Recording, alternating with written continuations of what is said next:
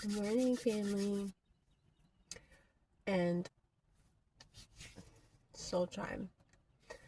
Okay, so coming to you live. What time is it? 6:54 on 4/17 of 26. Now, a couple of things I wanted to point out before I forget. Things I pieced together. In November of 2024, I went to go visit my grandmother, right? And Kyle and Chelsea came up to her facility at Brookdale where Laura Clark worked, Brookdale Living Facility off of Liberty. It was 1034 Liberty in Austin, Texas. And Jacob was with me, and he and Kyle talked and hit it up. They were like best friends. Well, it turns out that Kyle worked with Jacob's best friend. This is because they were in a cult together. They actually knew each other. So, I had never seen Jacob interact with someone like that in my life, actually, which was my sister's husband, right?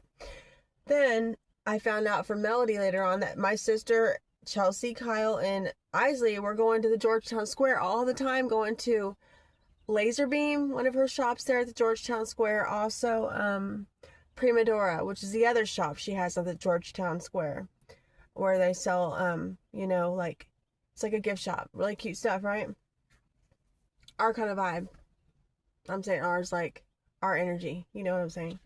And then I was threatening the situation. When I started realizing what destiny swapping was, and people wearing your skin and the Python energy and all that stuff, I started realizing Melody was doing that to me. Nathan English and Melody English, like, they're both super narcissistic. I've witnessed everything in their house. She has used her children for energy. They're energy harvesting kids. This is what they've been doing for many years, forever. They're all cult and coven members.